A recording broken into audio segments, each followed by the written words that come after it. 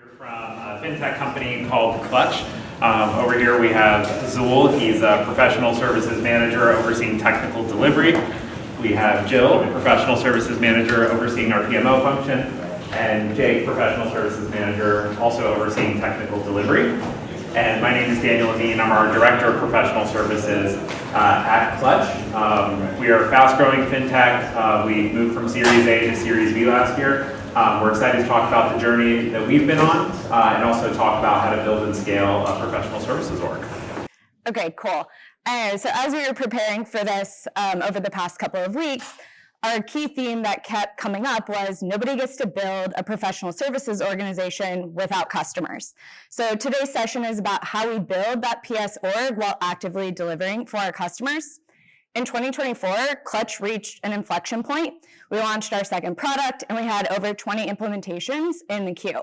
It was a moment of excitement, pressure, because while we had the opportunity now to build the org, we were also deep in execution from Series A, navigating into Series B.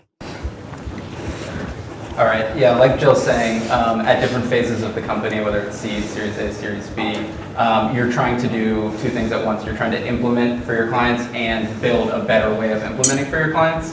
And I think what we've seen is the general experience for professional services organizations will be the same, even when the specifics are different.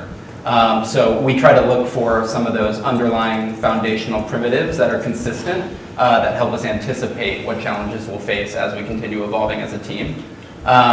Within each phase, there's new challenges, new surprises specific for every team. But the lesson that we've taken away over the last year, 2 years, is how can we be adaptive and sort of anti-fragile, not only as a team, but as our processes, our methodologies, and things like that. And that's where I think a lot of the excitement around AI can have a role.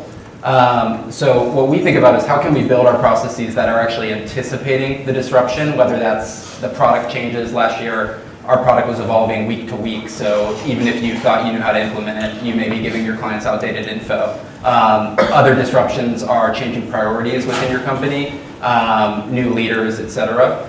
And so as you head beyond your Series A stage, putting these resilient processes in place will really help over the long term. So our team, one way that I feel like we've done really well about this is with our internal tooling. So like it sounds like every professional services org, our team has been empowered to build our own internal tools to make our lives easier without direct support from full-time software engineers. And building those to be resilient is very important. So one fun example is in Q3 of last year, we built a browser extension for our internal teams that allows every employee at Clutch to click into any area of our application and see which areas of the application are or aren't configurable. So a super common day-to-day task at Clutch before this tool was CSMs, sales engineers, technical account managers, or other non-technical folks reaching out to implementation engineers on our team or directly to product managers or engineers and saying, hey, can the client change the label of this button? Or even more complex things like, can we map these values in based on these dynamic rules? And all of that communication through Slack is inefficient. We were taking screenshots, sharing them back and forth. And then in the future, when another person has the exact same question, they're digging through Slack to try to find that. So we built this Chrome extension that lets you just click on it and get the answer immediately. But the resilient part, the anti-fragile part, is these types of systems become outdated the day they launch because your products and processes are changing. So we actually built this tool to allow anyone with access to write back into the database. So if you click on something within our application and you don't have an answer because it hasn't been answered before, when you find it in browser, you can add the answer. So the more people who use it, the more useful it gets. So that's one specific example of how when you're building new tools or processes, you can make them anticipate change and rapid disruption. Awesome. So as we take you through our journey, we first need to tell you what the heck we do. Right? So you've heard the word Clutch a lot. You're like, isn't that a car company? What are you doing? Right. So Clutch, it started with our founders, Chris and Nikki, huge car heads, right? They created an online used car marketplace called Calypso, later bought up by Carvana. So during their time at Carvana, Chris and Nikki discovered two key pain points, right? So one was the whole auto refinance process was pretty painful There's a lot of documentation that gets lost, a lot of information that isn't being sent over, a lot of manual processes that could easily be alleviated. Second pain point was there are so many great loans out there from credit unions particularly, but members don't go to credit unions because one, a lot of people don't know about them, and then number two, they're just not as tech forward. Like, quick show of hands, does anybody bank with a credit union?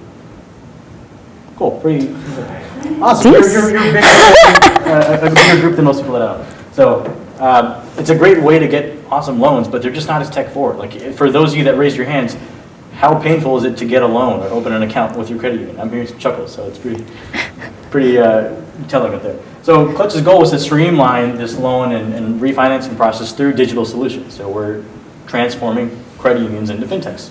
So as we talk about our journey, we'll discuss more into how we went from a single product company to multi-product and eventually scaled up accordingly. All right, so just like Zul was saying, at the end of 2023, we had one solid product. So it was our lending product. And it had product market fit, we had a lot of demand, but our implementation process was pretty streamlined. But towards the end of the year, our team had made a big bet on our second product, which is our digital account opening product. But so far, at that point, it had been directly built and implemented by our engineering team in close collaboration with two specific pilot partners. But we had signed 20 new deals to implement them starting in January 2024. So effectively, we knew all of those new deals would be implemented by the implementation team, but we had no knowledge transfer yet, and we didn't really have any sort of methodology or motion of how to implement that. And so that was kind of the situation we were heading into in 2024. So what do you do in that situation? So one lens that we like to use is this concept of taxis before subways. So we all want our professional services orgs, our products, our documentation, our processes to look like a beautiful Massimo Vignelli subway map where you have color-coded routes, you have every station labeled, you have every sort of exception and little asterisk labeled clearly, and everyone knows when the trains are running and where they can catch one. But in reality, it's a lot harder to get there, and if you try to force that and get there too soon, it'll cause frustration for your team because you're adding a bunch of process that just doesn't make sense for where the product's at.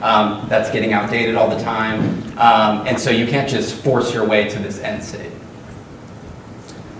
This is what building a subway system looks like in reality. So this is a 1913 photo of Lexington Avenue, and it obviously involves massive disruption. You're ripping up the streets. It's resource intensive. It takes a lot of time to do well. And we're implementation teams who have to keep implementing projects while trying to build subway systems. You can't just say, everyone get out of Manhattan, we're going to build a subway system, come back in 5 years, and we'll have a perfect methodology. So what's the alternative as you're maturing and you're trying to mature your processes, but you're not quite ready for a full-on subway system construction? Well, for us, it's looking for the right vehicle for the right context of where your team and product are at. So in the beginning, we think it's best to look for functional, fast processes that don't involve ripping up your streets. So these are what we would refer to as your taxis. The best lever during this phase of your org is hiring or developing good taxi drivers, so your team. You want people who are extremely agentic and proactive and can work through ambiguity without a lot of guidance. And so hiring is an obvious lever there because you want to be able to say, here's the cross streets we're trying to get to, this is how we're trying to get the product live, and you figure out the specific route given the limited documentations and tools that we have for you. As your team starts to learn the streets and understand where the traffic blocks are, where the potholes are, that starts feeding back into maturing your documentation, your processes, and giving your team ideas for internal tools. Yeah, thinking about this evolving process from taxis eventually to ending with like subway trains that are running on time. So let's imagine your product is getting your clients where they want to go, right? So your goal is to get your clients uptown.